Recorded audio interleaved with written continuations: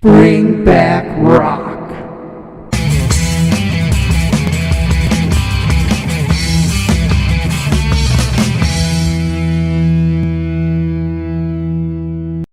Hey everybody, it's Dean. Welcome to Bring Back Rock. Thank you very much for being here. Today we're talking about the band Diemonds, Diemonds. And I also want to thank the singer for that band, Priya Panda, right up here front at the beginning. There's some questions I didn't have answers to, and I reached out to her, and she's very gracious. Said fire away, and she answered the questions right away. It was very nice. Thank you for the help. Also, I wanted to say this because I didn't really have a place to put it in the description. Just an answer she had to a question. Obviously, she is gorgeous, and she's kind of the focus of the band. And somebody asked about how she felt about that, about, sex cells type of thing, being the focus of the band. And she gave a cool answer. She said, struggled with it at first a little bit because she just wanted to be a badass rocker chick. But sometimes in a magazine or in a web page or whatever, you have like to pick that one picture, and you want to pick something that's going to, get somebody's attention and bring them to the music. The guys did it, Stephen Pearcy, David Lee Roth, etc. So she felt better as a tool. And even the guys in the band, and I'll say she's the best thing to look at in the band, so why not use what you got since she is stunning. All right, this is all about the heavy metal band out of Toronto, Diemonds. Singer Priya Panda's first band was a Misfits cover band. I mentioned that at the beginning here because it comes into play later. Diemonds is a Canadian hard rock metal band that she formed in 2005 with a bunch of her friends. However, she was the most dedicated and most serious about the band. Priya later had an internship with MTV in New York City. There she went to see a band play with a friend of hers, and her friend, I believe her cousin, was in the band. They ended up on the tour bus together. And that's where she met the bass tech for the band, CC. Turned out he was also from Toronto, and they both had a love for 80s hard rock. CC ended up joining the band when he came back to Toronto, and when he did, they clicked creatively, writing songs quickly for their first demo. The band independently released an EP in 2008 titled In the Rough. The band's sound evolved with each release. In the Rough, in my opinion, had a metal sound with a lot of punk influences. They then signed with Underground Operations, an independent punk label in Canada. On their release, The Bad Pack, which came out in 2012, they were at the time heavily influenced by 80s metal, Bow Hill Productions, Winger, Cinderella, Rat, etc. I read in one interview, it was their attempt to write a Rat record. I hear it in some of the guitar work, especially on the lead track, but I still hear more metal and more of a modern rock and some punk sounds coming through. Again, my opinion. Constant touring was slowly building their reputation and fan base. They found themselves opening for bands like Santa Cruz, Slash, Sebastian Bach, Megadeth, and much, much more. They played Rocklahoma, and they were trying to get in on the Monsters of Rock cruise, which I'll talk about in a little bit. The band later signed with Napalm Records, and in 2015 they released Never Wanna Die, which was nominated for a Juno Award as Heavy Metal Album of the Year.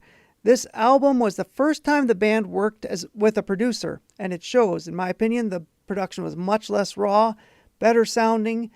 They leaned more into a straight-up metal sound. This is, again, as I hear it. They were still on Underground Operations, but also Napalm Records. Their first time on a label, their relationship really didn't suit them. They were looking for a little more guidance and support than the label gave them. By the time this album came out, the band had already lost 3 members that had passed away, including Alan Yeti Riches, who was with the band for 5 years. And the album was dedicated to their memories. Priya and guitarist CC Diamond and David Decay all shared an apartment together, and they are the core of the band Diemonds. She said the party never ended. They came off tour and the party just continued at the apartment. They never really took time off to mourn the losses of their friends, just bearing it in drug and alcohol use.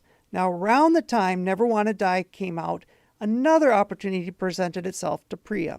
Remember I said the first band she was in was a Misfits cover band? Well, Jerry Only of the Misfits was putting together a female horror, vampire, rock, punk band to open for his band, the She-Demons. They later changed their name to Hellfire Heart. Anyway, the She-Demons toured and even recorded a little. There's a great video for the song Fresh Blood, which also Jerry Only appears in. The band also featured guitarist Kiki Wong, who has a huge social media following and is the touring guitarist now for Smashing Pumpkins. Priya found herself between the two bands, flying back and forth from She-Demons gigs to Diamond gigs when opportunities presented themselves, spreading herself very thin, torn between a cool opportunity and a band she had given everything to over the past 10 years. In 2018, Diemonds independently released their self-titled album. By this time, however, communication had broken down and Danny Decay didn't even play on the record, although he did appear in the video for Our Song. The self-titled album was finally musically more what Priya had envisioned.